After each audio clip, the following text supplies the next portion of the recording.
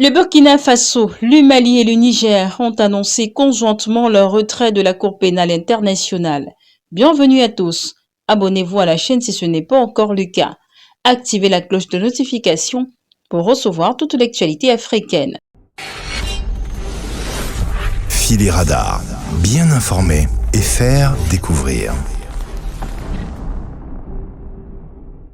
Le Burkina Faso, le Mali et le Niger ont annoncé conjointement leur retrait de la Cour pénale internationale. L'annonce a été faite simultanément dans les trois capitales Bamako, Niamey et Ouagadougou le lundi 22 septembre 2025. Les trois pays, qui sont tous membres de l'Alliance des États du Sahel, ont déclaré qu'ils se retiraient du statut de Rome et de la CPI avec effet immédiat. Les raisons invoquées pour ce retrait sont les suivantes. Tout d'abord, une justice sélective.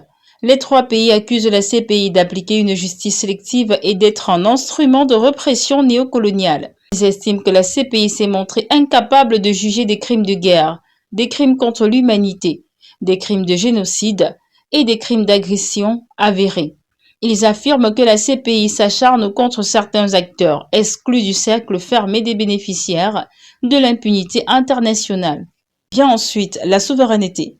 Les gouvernements de l'AES ont déclaré que leur décision de se retirer de la CPI visait à affirmer pleinement leur souveraineté.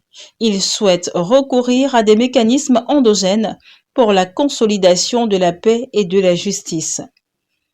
En outre, c'est une volonté de créer une cour pénale sahélienne. Les trois pays ont également annoncé leur intention de créer une cour pénale sahélienne. Cette cour serait chargée de juger les crimes graves et de renforcer la lutte contre le terrorisme. Il est important de noter que le retrait d'un État de la CPI ne prend effet qu'un an après le dépôt officiel du dossier auprès du secrétariat général de l'ONU.